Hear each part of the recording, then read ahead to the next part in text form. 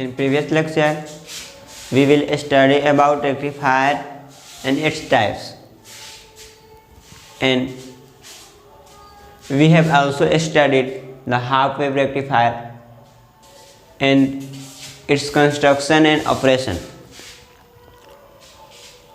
and its output average voltage and output RMS voltage.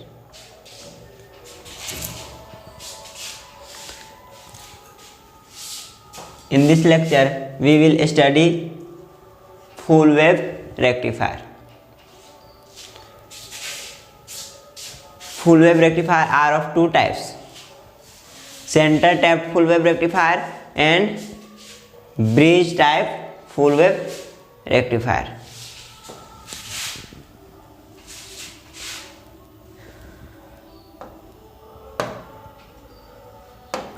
Full wave rectifier.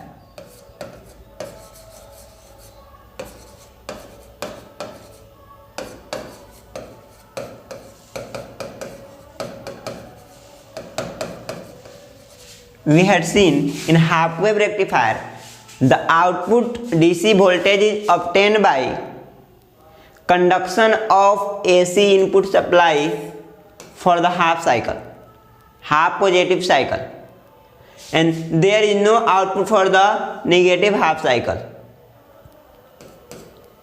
But in full wave rectifier,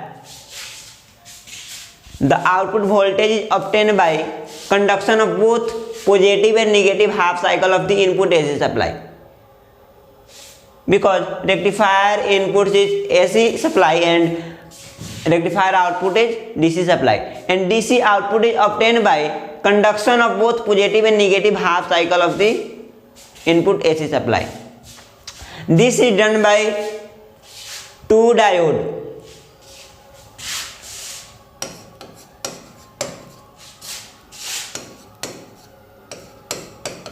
The rectifier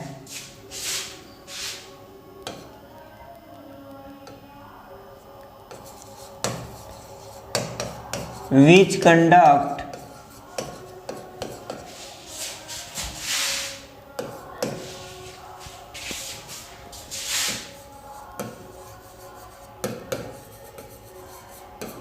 both half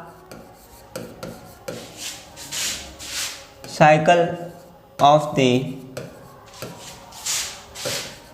AC input supply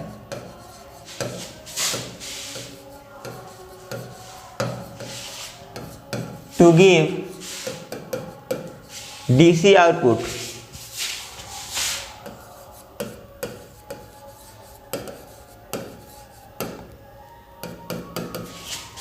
is called full wave rectifier.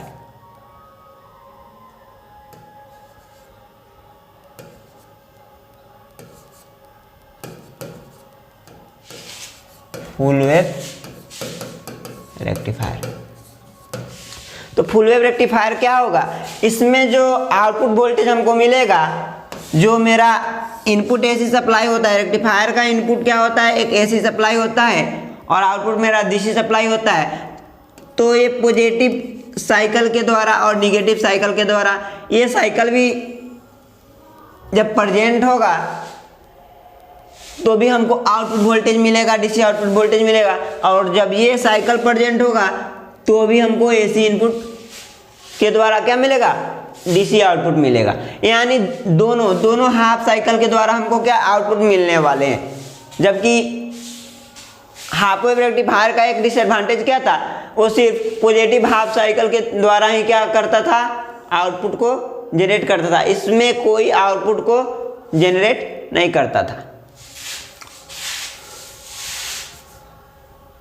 तो full wave rectifier, there are two types of full wave rectifier: center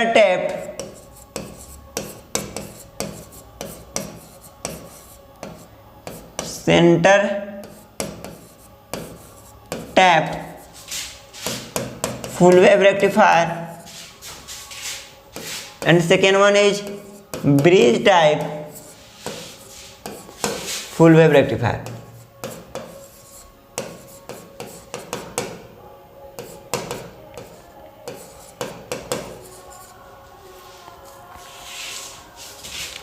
Now we will study about center tapped full wave rectifier।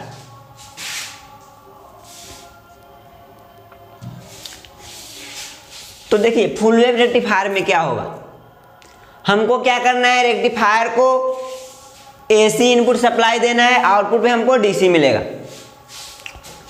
तो in full wave rectifier in centre tap full wave rectifier, AC input is given to the primary winding of the transformer. This is the primary winding of the transformer, and we give input to this AC input, AC supply. That's like this is the waveform of AC input supply with respect to time।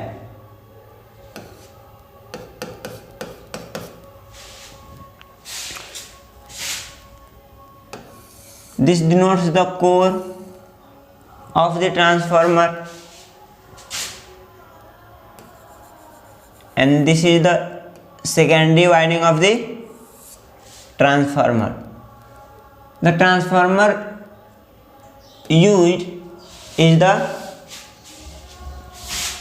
step down transformer, means the out voltage present at the secondary winding is less than the voltage of the primary winding।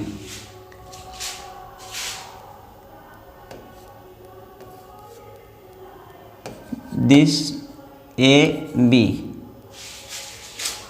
here secondary winding is denoted by AB। Now two PN junction is connected to the both end of the secondary winding। तो हम क्या किए, इस दोनों and से, secondary winding के दोनों and से दो पीएन जंक्शन डायोड को क्या कर दिए, कनेक्ट कर दिए, कुछ इस तरह।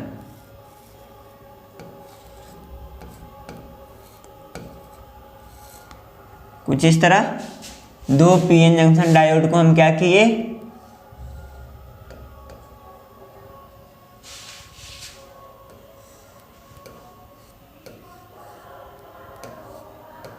कनेक्ट कर दिए।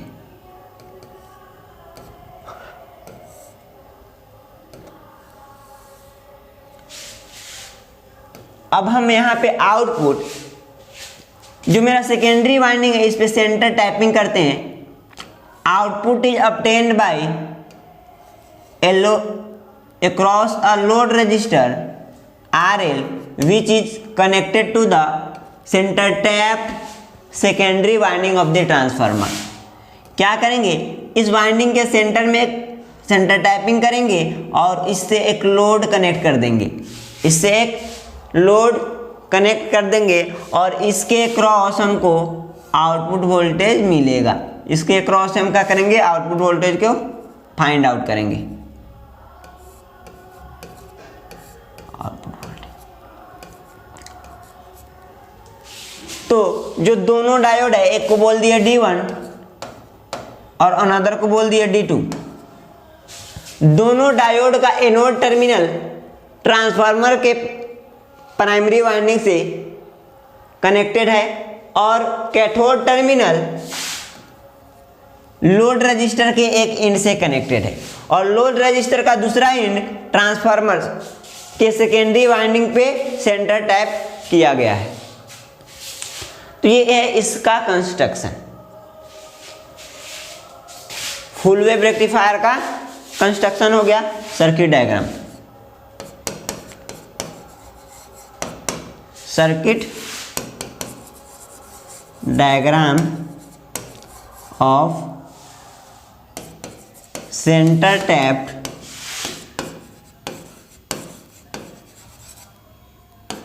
Full wave rectifier.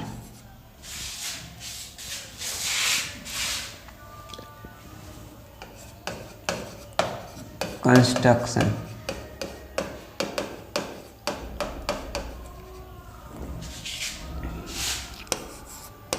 It consists of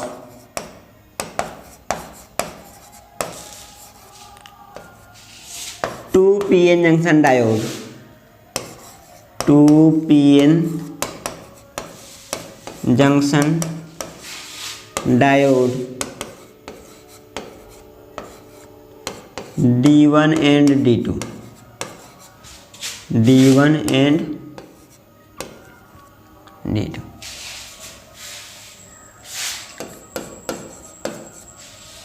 The AC supply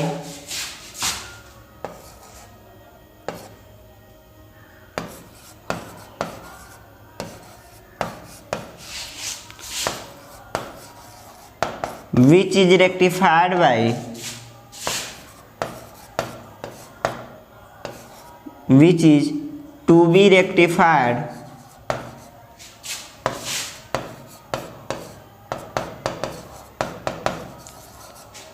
is given to the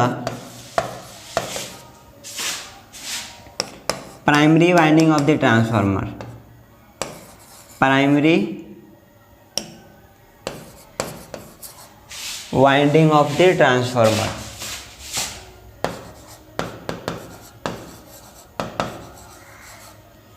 Winding of the transformer.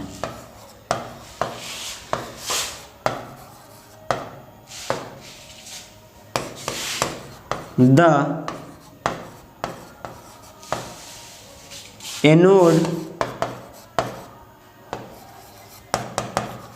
terminal of the diodes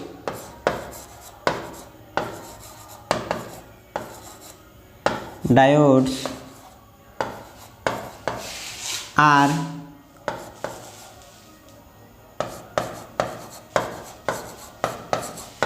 connected to the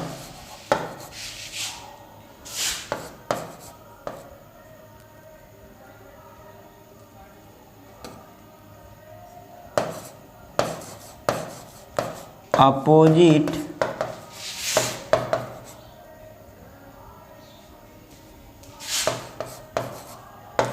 end of the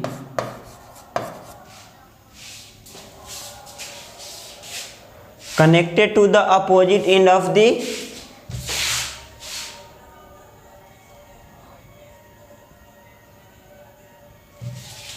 opposite end of the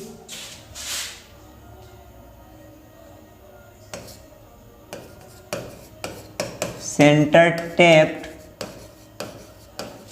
secondary winding.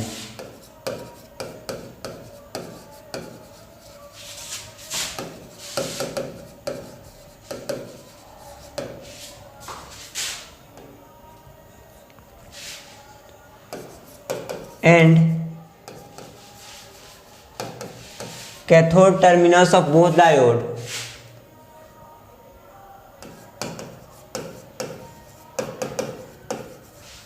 and cathode terminals of both diodes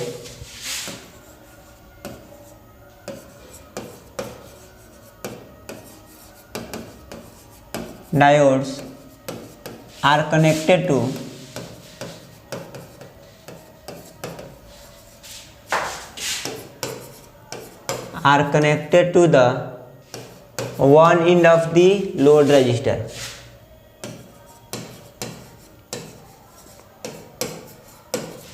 One end of the load resistor.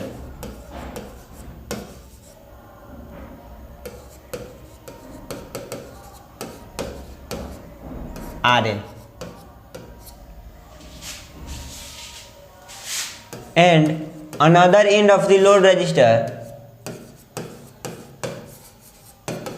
and another end of the load resistor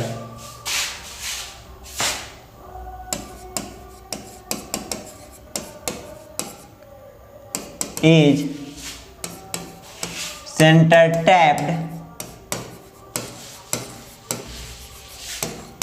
on the secondary winding of the transformer.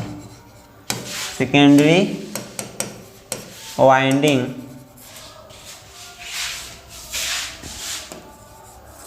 of the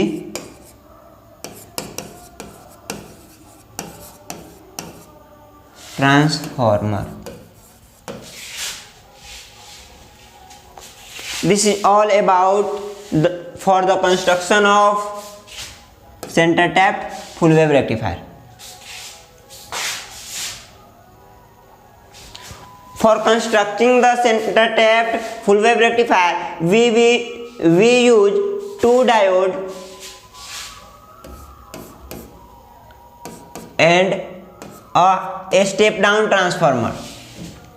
The input supply which is to be rectifier is given to the primary winding of the transformer, and both the anode of the diodes are connected to the opposite end of the secondary winding of the transformer, and cathode terminal of the both diode are connected to the one end of the load resistor, and another end of the load resistor is center tapped on the secondary winding of the transformer, and output voltage is obtained across the load resistor RL. क्या किए हैं, जिस input supply को हमको rectifier करना है उसको transformer के प्राइमरी वाइंडिंग पे दिए हैं, और ये उस इनपुट एसी सप्लाई को क्या करेगा, स्टेप डाउन करके सेकेंडरी वाइंडिंग एबी पे भेजेगा, और एबी को क्या, एबी पे हम दोनों डायोड को क्या किए हैं, दोनों डायोड के एनोड टर्मिनल को अपोजिट इंड से कनेक्ट किए हुए हैं, और कैथोड को इस लोड रजिस्टर के एक इंड से यहाँ पे कनेक्ट किए हुए हैं, और लोड रजिस्टर का दूसरा इंड ट्रांसफार्मर के सेंटर टैप्ड है, ट्रांसफार्मर के सेकेंडरी वाइंडिंग पे सेंटर टैप्ड है, और इस लोड रजिस्टर के क्रॉस हम क्या, हमको डीसी आउटपुट वोल्टेज मिलेगा, डीसी आउटपुट वोल्टेज यहाँ पे मिलेगा।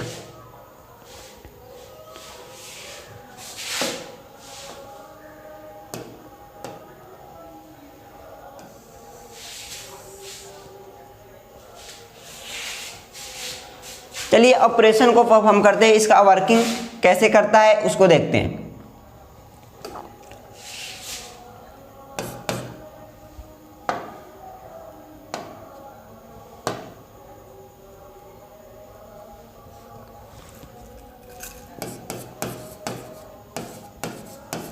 The output DC voltage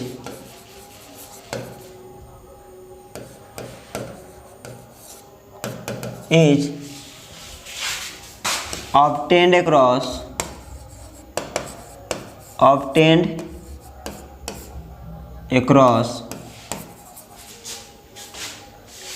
load resistor RL, load resistor RL।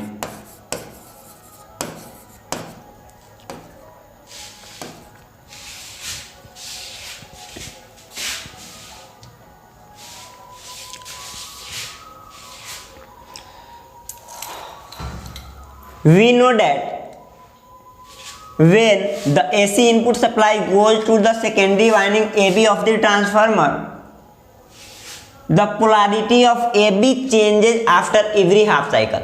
That means in first half cycle its polarity is A positive and B negative, and after half cycle when negative half cycle present at the secondary winding AB, its polarity becomes A negative or B positive.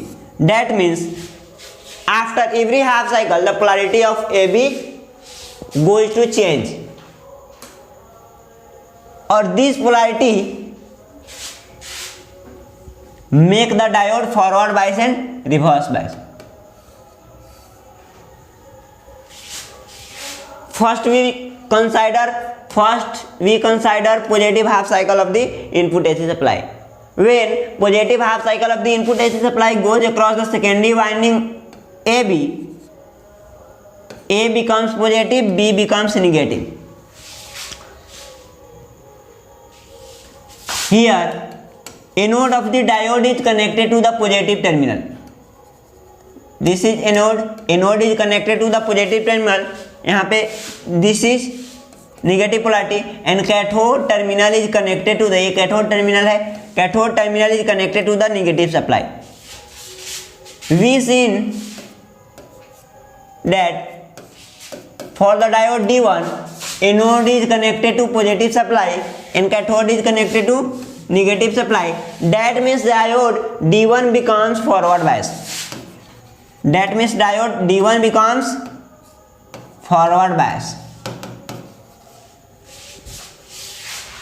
For the diode D2, this is anode terminal for the diode D2 and this is cathode terminal for the diode D1.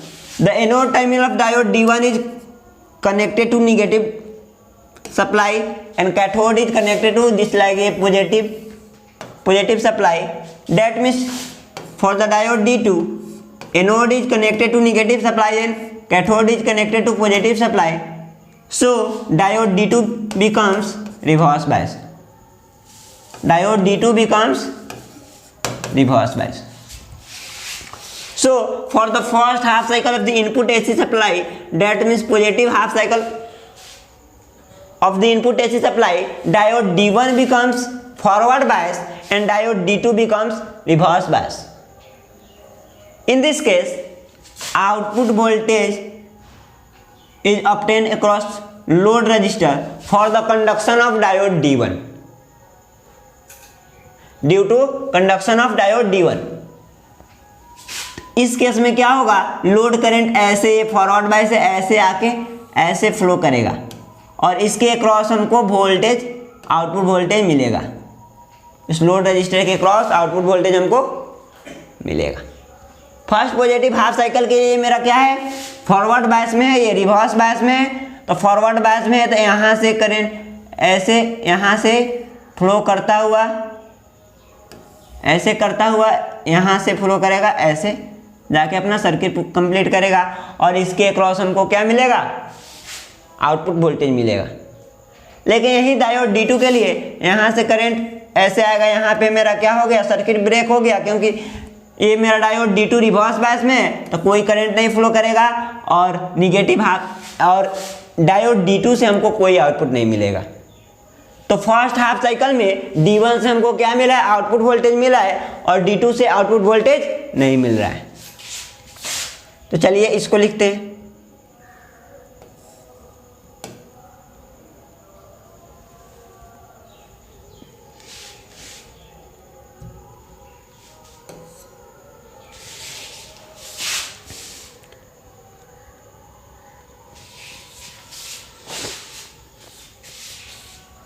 Working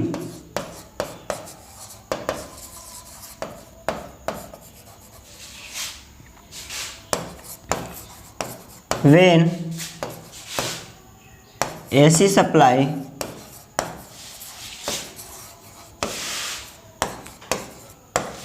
goes to the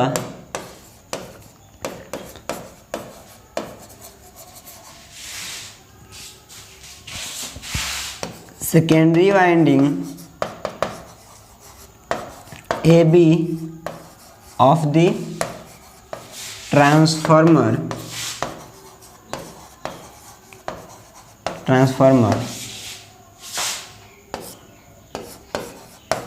the polarity of AB changes after every half cycle. After every half cycle of the AC input supply.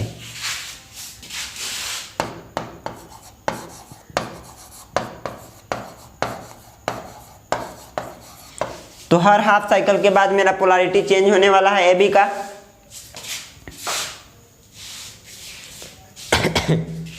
देखिए अब positive half cycle को हम लोग consider कर लिए हैं, उसको देखते हैं। During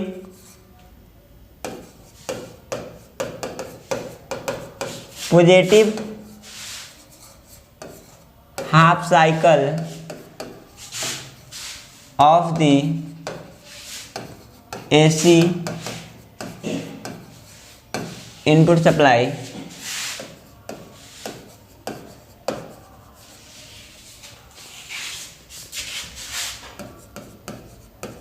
and A becomes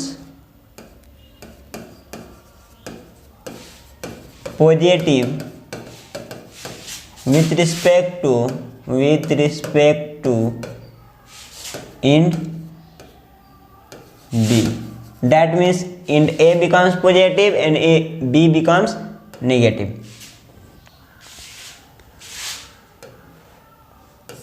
This make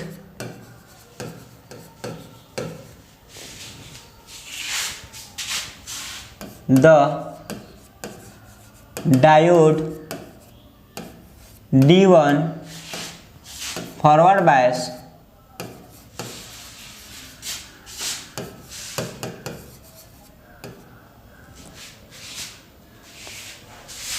and diode D2 reverse bias.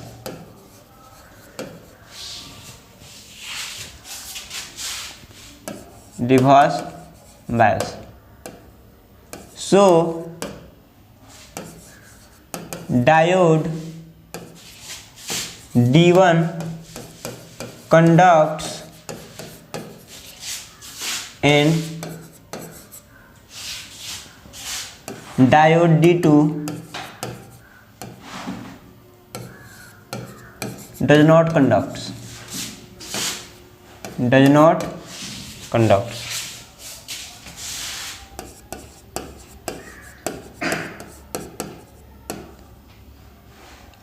And output DC voltage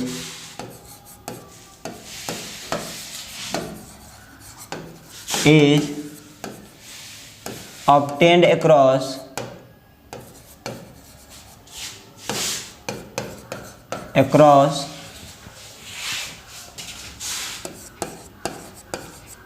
load resistor RL due to conduction of diode D1. Due to conduction of diode D1.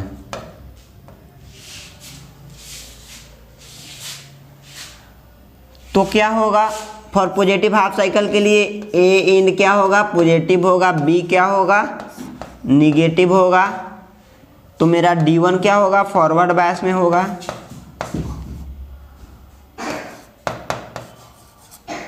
D2 क्या होगा, reverse bias में होगा। जब D1 forward bias में होगा तो D1 conduct करेगा,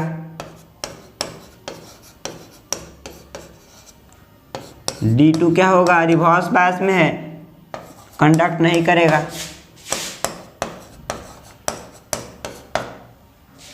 So output is obtained due to conduction of D1.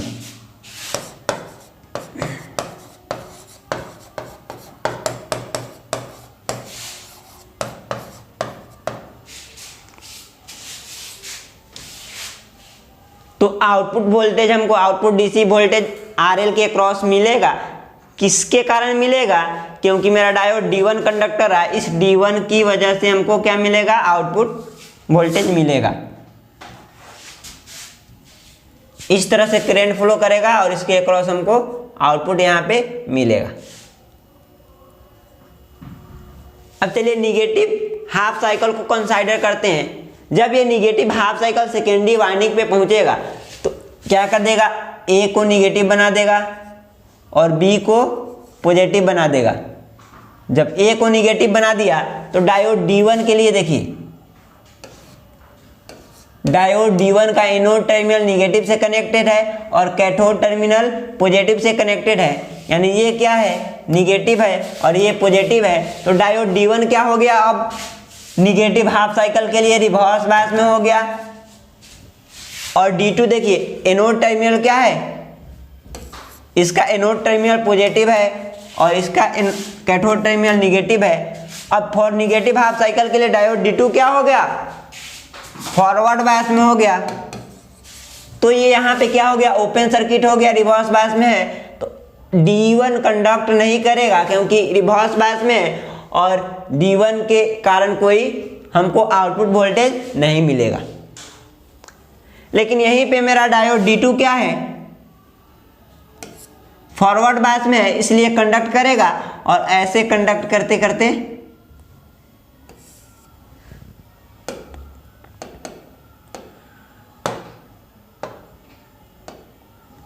ऐसे कंडक्ट करेगा, ऐसे हमको, और RL के क्रॉस आउटपुट वोल्टेज हमको आउटपुट DC वोल्टेज मिलेगा for the conduction of D2। जब D2 कंडक्ट करेगा हमको आउटपुट वोल्टेज मिलेगा। तो हम क्या देख रहे हैं, निगेटिव हाफ साइकिल में D2 के कंडक्शन के कारण हमको आउटपुट वोल्टेज मिल रहा है और पॉजिटिव हाफ साइकिल में D1 के कंडक्शन के लिए हमको आउटपुट वोल्टेज मिल रहा है।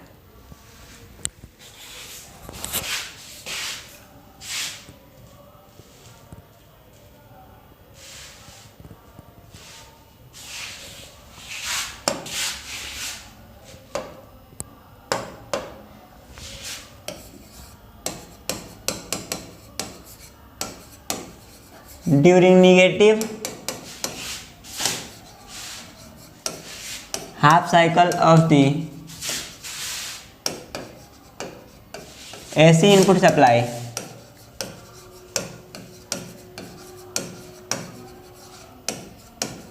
in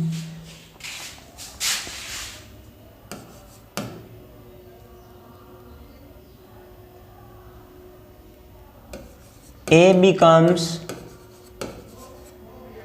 negative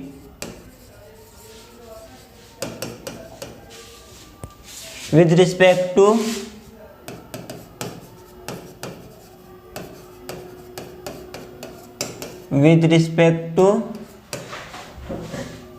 end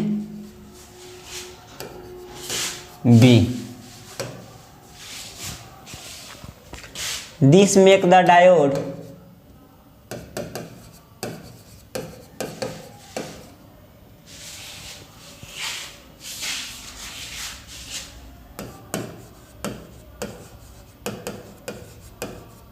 D1 reverse bias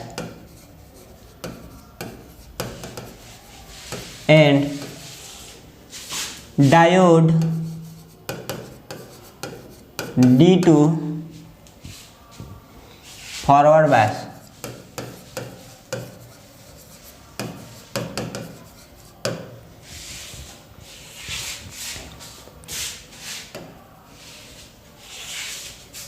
So diode D1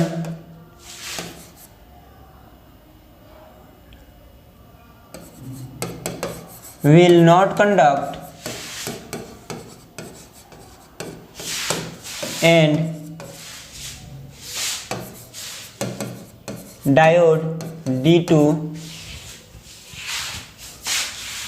will conduct and output DC voltage is obtained across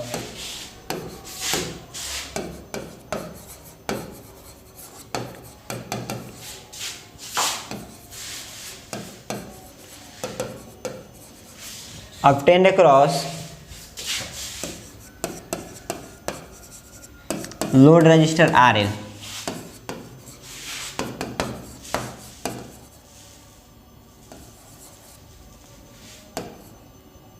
sorry ये रजिस्टर नहीं होगा, इस तरह load resistor RL।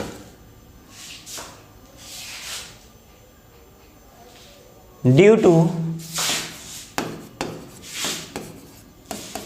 Conduction of diode D1, diode D1 नहीं, diode D2। तो क्या हो गया, अब निगेटिव हाफ साइकिल के लिए ए मेरा क्या हो गया, निगेटिव हो गया, और बी क्या हो गया, पॉजिटिव हो गया। इसके कारण मेरा अब क्या हो गया, पोलैरिटी चेंज हो गया। तो डायोड D1 मेरा क्या हो गया, अब रिवर्स बायस में हो गया, और डायोड D2 क्या हो गया, फॉरवर्ड बायस में हो गया। यानी मेरा डायोड D1 क्या होने वाला है, कंडक्ट नहीं करेगा। डायोड D1 नॉट कंडक्ट करेगा, कंडक्ट नहीं करेगा, और डायोड D2 अब मेरा क्या करेगा, कंडक्ट करेगा, यानी करेंट को फ्लो कराएगा लोड के थ्रू। और हमको ये कंडक्ट करा, इसी के कंडक्शन की वजह से हमको क्या मिलेगा, आउटपुट वोल्टेज मिलेगा। So DC output voltage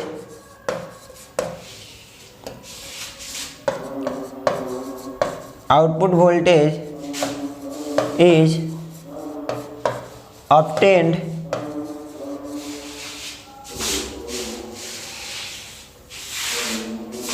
so DC output voltage is obtained due to D2 diode. तो D2 के कंडक्शन की वजह से हमको अब आउटपुट वोल्टेज मिल रहा है। तो हम क्या देख रहे हैं, पॉजिटिव हाफ साइकिल के लिए D1 के कारण हमको क्या मिल रहा है, आउटपुट वोल्टेज मिल जा रहा है, और निगेटिव हाफ साइकिल के लिए D2 डायोड से हमको आउटपुट वोल्टेज मिल जा रहा है। लेकिन निगेटिव हाफ वेव रेक्टिफायर में ऐसा नहीं था, उसमें हम क्या कर रहे थे, एक ही डायोड यूज कर रहे थे, इसलिए हमको पॉजिटिव हाफ साइकिल के लिए आउटपुट तो मिलता था, लेकिन निगेटिव हाफ साइकिल के लिए कोई आउटपुट नहीं मिलता था। यानी हमको कुछ ऐसा आउटपुट मिलता था, कुछ देर के लिए आउटपुट मिलता था, वोल्टेज मिलता था, उसके बाद कुछ देर के लिए नहीं मिलता था, फिर कुछ मिलता था, कुछ नहीं, ऐसे हमको आउटपुट मिलता था। लेकिन इसमें कंटिन्यूअस आउटपुट मिलेगा ऐसे। चलिए इसके वेव फॉर्म को देखते हैं।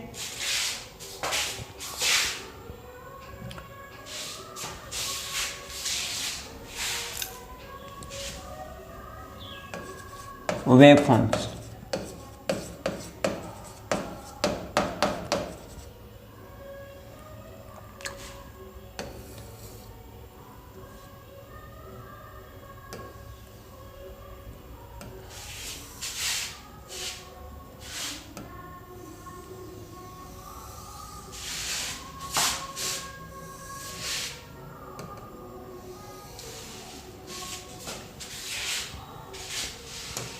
तो ये इनपुट का वेव फॉर्म है,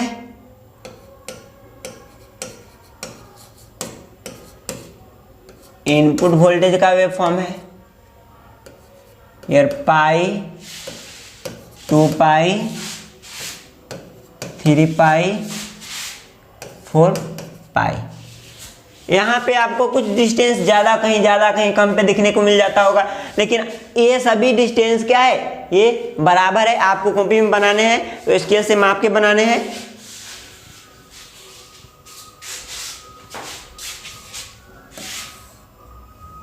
अब आउटपुट वेवफॉर्म ड्रॉ करते हैं।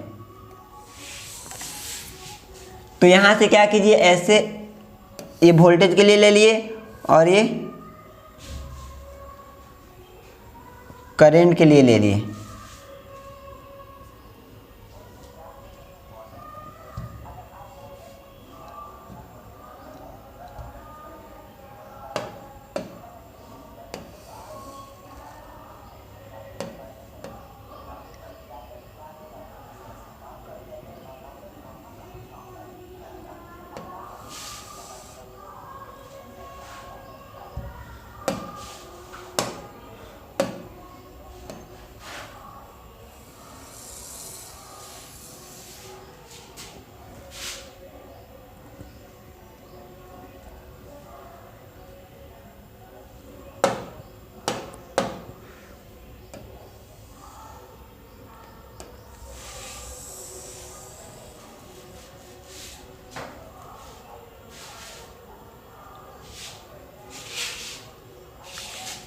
तो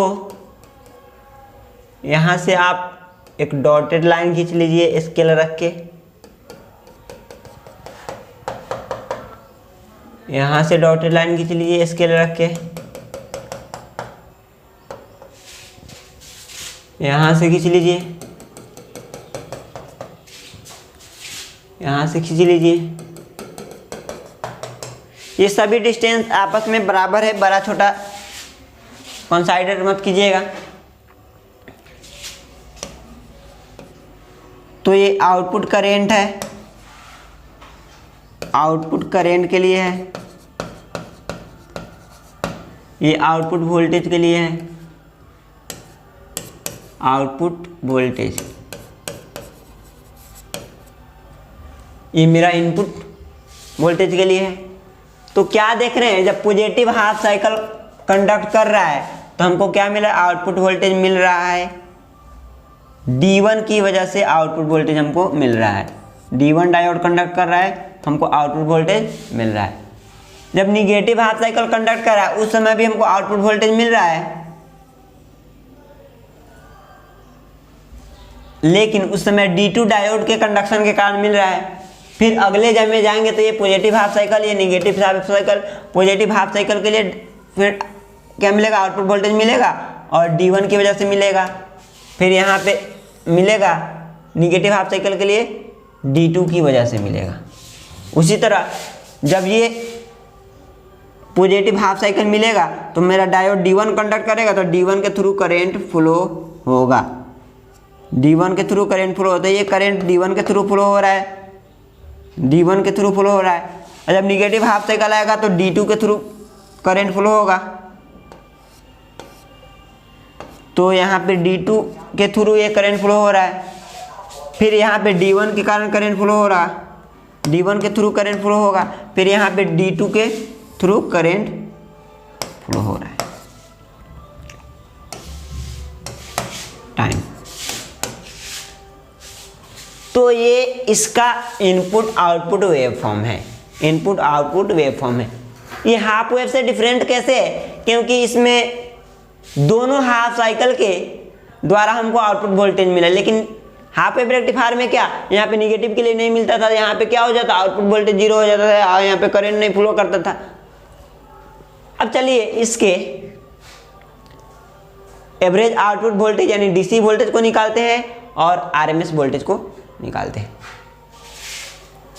यानी एवरेज वैल्यू और आरएमएस वैल्यू निकालते हैं। तो एवरेज वैल्यू को निकालने के लिए क्या करते हैं, पहले देखेंगे टाइम पीरियड, कितने बाद के बाद मेरा आउटपुट, कितने टाइम के बाद मेरा आउटपुट रिपीट करने लग जाता है। तो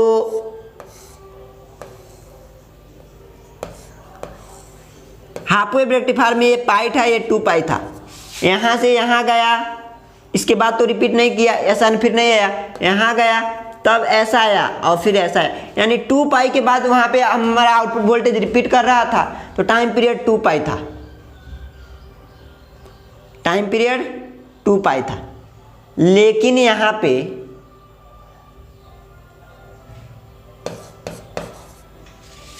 जो आउटपुट वोल्टेज है यहाँ गया, पाई पे गया, फिर पाई के बाद ऐसे हो गया, यहाँ पे क्या देख रहे हैं, पाई से मेरा आउटपुट वोल्टेज रिपीट करने है, पाई तक गया उसके बाद फिर से रिपीट करने लगा। तो यहाँ पे टाइम पीरियड क्या होगा, टाइम पीरियड मेरा होगा पाई, टाइम पीरियड होगा पाई। और इनपुट सप्लाई क्या है, तो वोल्टेज को ले लेंगे। तो वोल्टेज का जनरल इक्वेशन क्या होता है, Vm sign omega T, Vm sign omega T. और करेंट का जनरल इक्वेशन क्या होगा, IT Im sign omega T. यहाँ पे क्या है, ये दोनों इंस्टेंटेनियस वैल्यू है, ये मैक्सिमम वैल्यू है।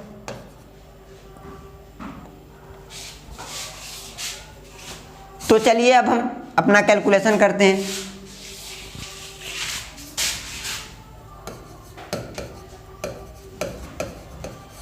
एवरेज आउटपुट वोल्टेज, या डीसी वोल्टेज।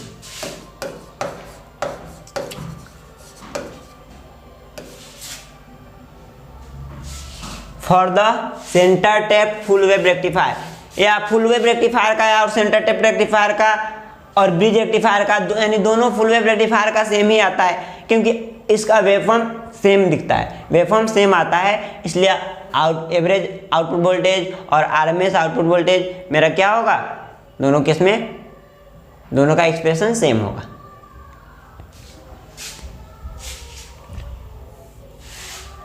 तो भी डीसी निकालते हैं या भी एवरेज निकालते हैं,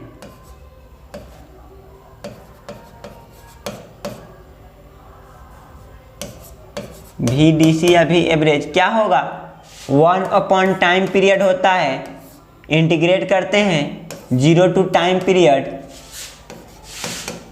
सप्लाई को,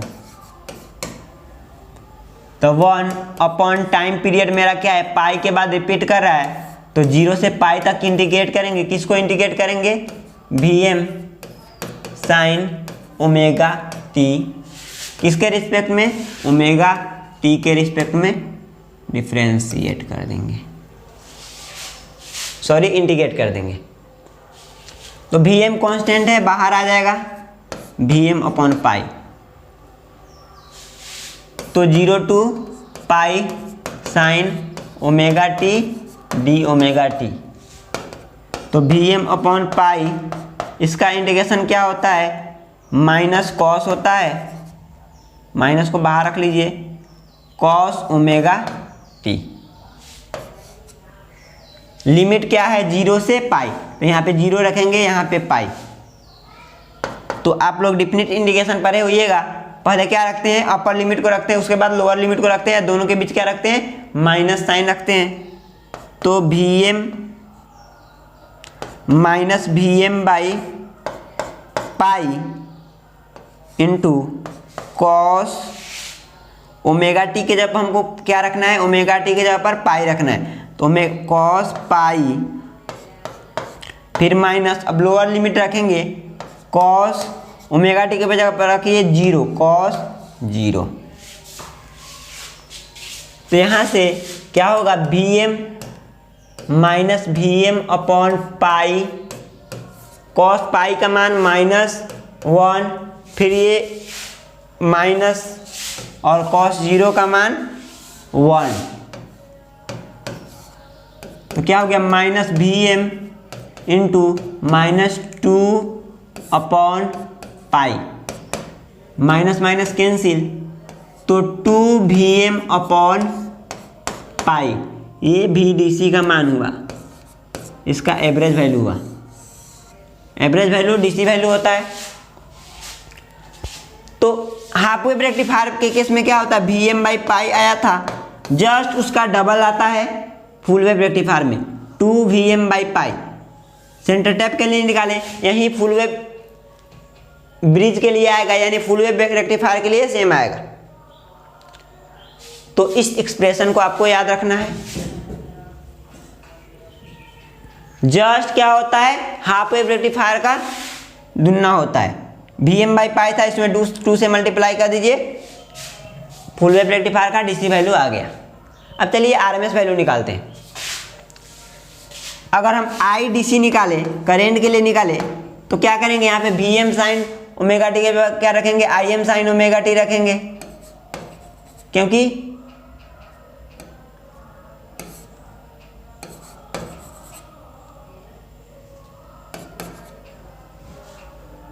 क्योंकि मेरा करंट का जनरल इक्वेशन क्या होता है, Im sign omega T.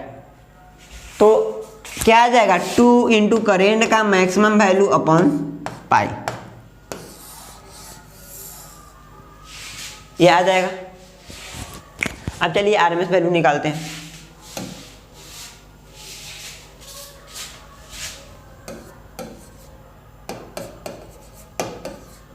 RMS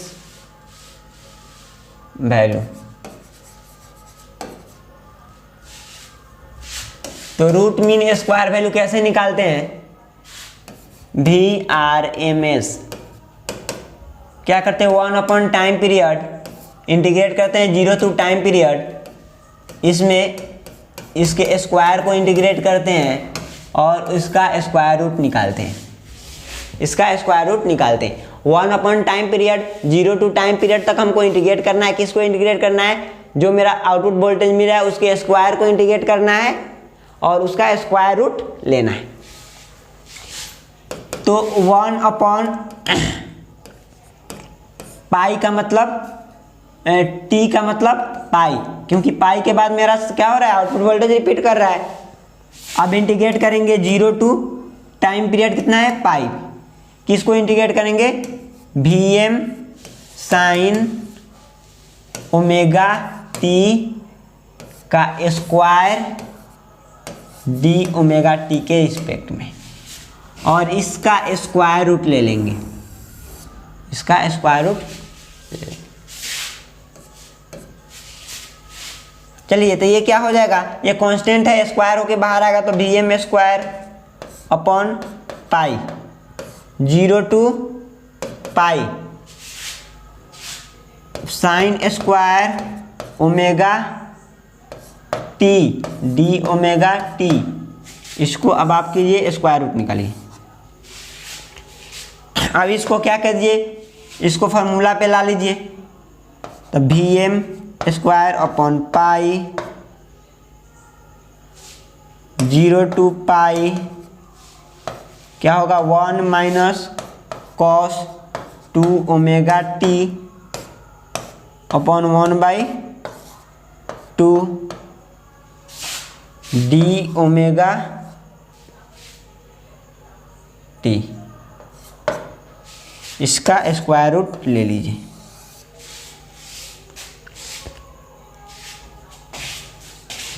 चलिए, अब क्या होगा?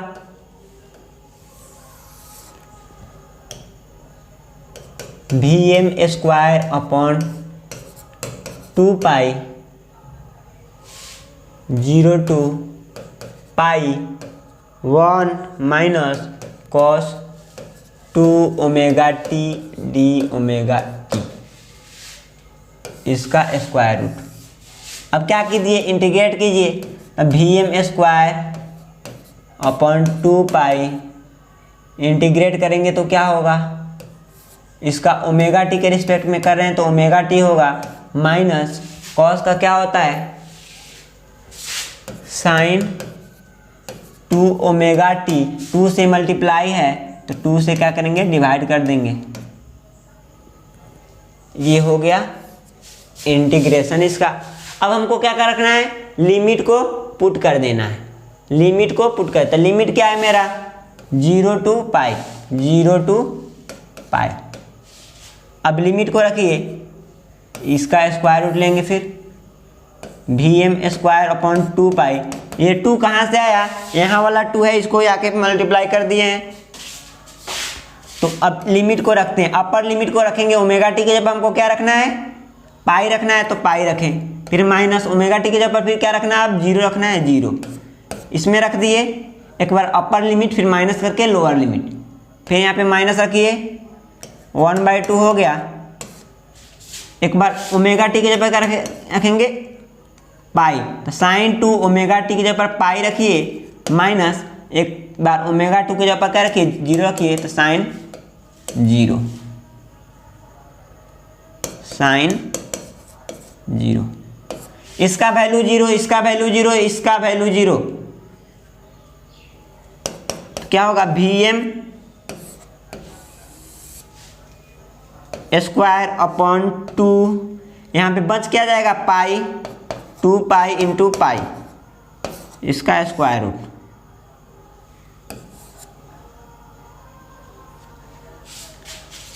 इसका स्क्वायर रूट। पाई पाई कैंसिल हो जाएगा। ये क्या होगा? Vm स्क्वायर है तो Vm बाहर आ जाएगा अपॉन √2। तो Vrms क्या आया? Vm upon √2। वहीं अगर करेंट के लिए देखेंगे Irms, तो यहाँ पे Im अपॉन √2 हो जाएगा। Im upon √2। तो centre tapped full wave rectifier के लिए क्या आया, एवरेज वैल्यू आया 2Vm यानी 2 into maximum value upon pi, और RMS वैल्यू क्या आया, मैक्सिमम वैल्यू अपॉन √2। तो ये दोनों रिजल्ट हाफ वेव रेक्टिफायर के लिए और फुल वेव रेक्टिफायर के लिए आपको याद रखना है, इसका आगे कैलकुलेशन में इस्तेमाल करेंगे। चलिए इसके बाद हम लोग मिलते हैं नेक्स्ट लेक्चर में फुल वेव रेक्टिफायर के साथ।